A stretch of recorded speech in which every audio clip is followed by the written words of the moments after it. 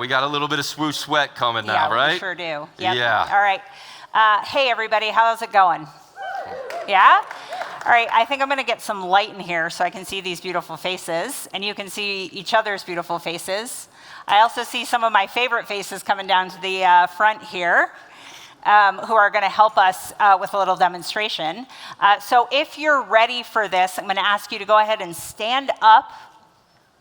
Right? And this is an activity we call swoosh sweat, but I promise you won't sweat that much. There won't be any like full court run or anything like that. All right, but what I am going to ask you to do is move your bodies just a little bit. Anybody feel like moving their bodies just a little bit? Yeah? Okay, great. So the first thing I'm going to do, you can look at Jasmine and David here if you're looking for demonstrations from our team. They will be the... I would say the model for how to do swoosh sweat right here, right? All right, so what I'm going to ask you to do first is just a little light jog in place. Just a little light jog in place. Excellent, excellent, great job. Okay, this is an advanced group. You can stop.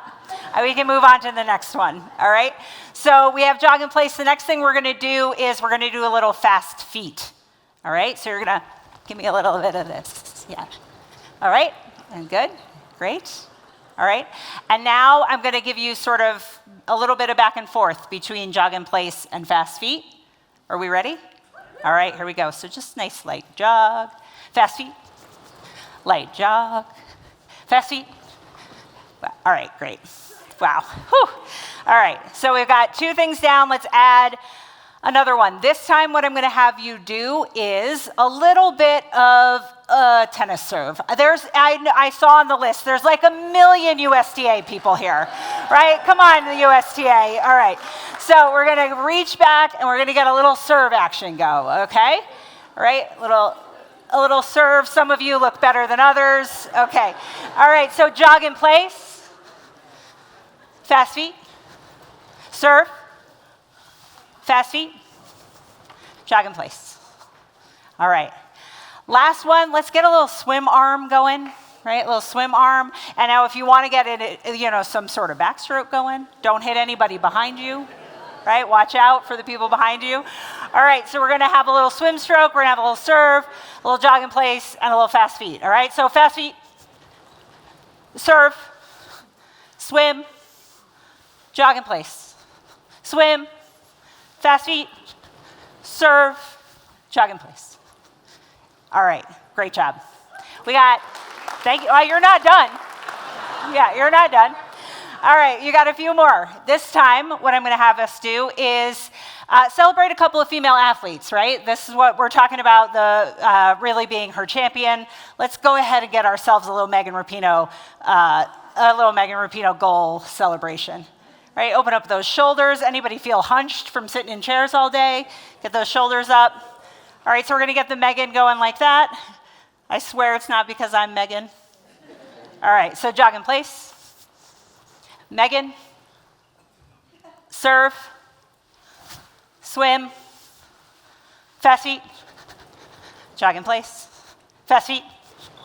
Megan. Awesome. All right.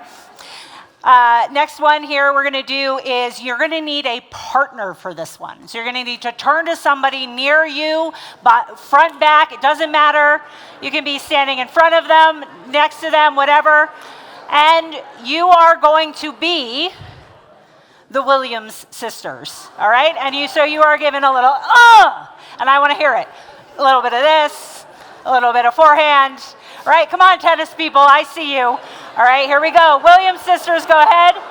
Excellent. All right, and jog in place. Jog in place, jog in place, jog in place. Megan, swim. Serve. Williams sisters. All right, and stop. All right, one more. We are, I don't want to ignore the basketball people because I'll hear about it. You basketball people. So we're going to do a little Sabrina. We're going to do a little jump shot with Sabrina. But what you need is another person because you need a defender in your face. right? So one of you is going to be a defender in the face, and the other is going to give a little jump shot, all right? So go ahead and find a partner, do a little jump shot action. Yes. Out of my house, yes. All right, and jog in place. Fast feet. Sabrina. Williams sisters. Fast feet. All right, last one. This is the hype squad. All right, this is where you are looking for a couple people around you. You are going to put your arms around them. If you're comfortable, if not, leave them right here, and you're just going to sway like this. You're going to say,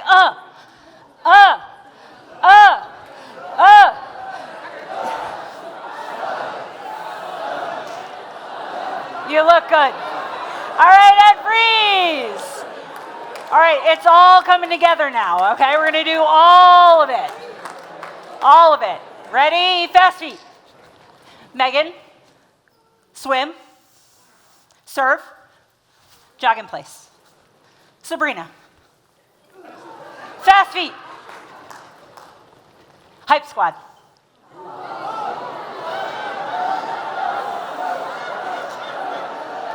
All right, and we do it.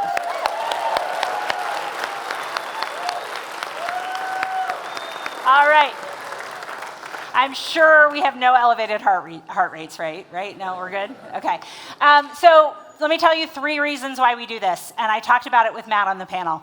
When we talk about creating the right sport environments for changing our brain chemistry and helping young people who've been exposed to too much adversity heal, we talk about 3 things. We talk about the power of relationships, right? And how other people make us feel safe. Nothing makes us safer than an adult we trust, right? And so power of relationships, you got to do a little bit of, I saw some like rejecting of Sabrina's, yeah, but you got a chance to connect with somebody else. I hope somebody you hadn't connected with yet. Next thing is movement, right? The power of movement. We sort of underestimate it sometimes, but when we engage in those patterned, repetitive, rhythmic activities, right? It tells our brain, it tells the most fundamental connection in the bottom of our brain that we're safe, right? And that all of our needs are being met. And we call that being regulated, and how important it is to be regulated, both in sport, but then when we go out into the world, right, we take that regulation with us. So relationships, movement, and then this idea of scaffolding stress, right? You went from only to having to jog in place, which you were excellent at, by the way, I'll just say, to adding these challenges, which is deeply embedded in sport. Sport coaches are so good at helping young people build skills, right? Skill development is youth development, and I don't think we give it enough credit, right? When we build a skill, when we see a kid challenge themselves, take a risk, be safe enough to try something new, and then see themselves get better at it, how powerful that is.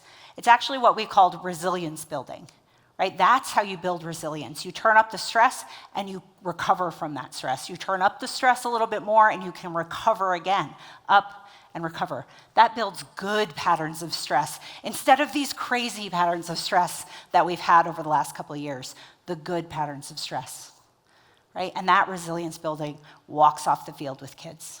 They are more resilient in other parts of their lives, right? So healing-centered sport is not changing that much about what you do. It's just really focusing on the things that we know can help. And so 2 things. I want to invite you to check out a brand new resource we have. We have sort of open sourced our healing sport methodology into a playbook. It is on the Project Play app. It's on our website. It's called Nothing Heals Like Sport. So check that out if you want to bring some of this to your world. And then the last thing I'll say before I introduce the next panel is, we love you, Caitlin.